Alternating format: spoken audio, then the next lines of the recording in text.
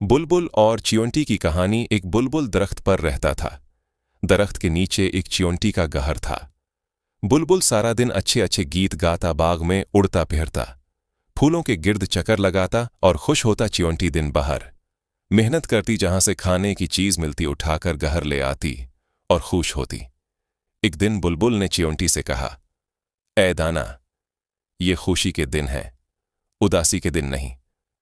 मेरे साथ आ, फूलों को देख और परिंदों के गीत सुन, आसमान पर छाए हुए बादल देख।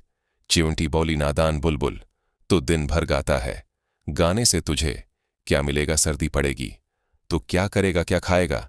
आहिस्ता आहिस्ता सर्दी का मौसम आ गया।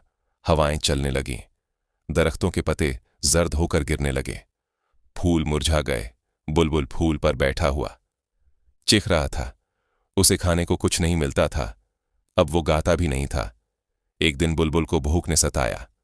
वो चिवंटी के पास आया और कहा, ऐ चिवंटी हमानी, मैं बहुत भूखा हूं, मुझे कुछ खाने को दे दो। चिवंटी बोली, बेशक तुम मेरे हमसाए हो, मैं जरूर तुम्हें खाना खिलाऊंगी। चिवंटी बोली, बरा ना मानो तो एक बात कहूं, यकीनन ये बात सच है कि गर्मियों का मौसम तुमने गाकर गुजार दिया और फूलों के इर्द गिर्द उड़ते रहे, पर यह न सोचा कि सर्दी का मौसम आएगा तो क्या खाऊंगा। बुलबुल बोला, सच कहती हो तुम, लेकिन फूलों का मौसम आता है तो मैं सब कुछ भूल जाता हूं।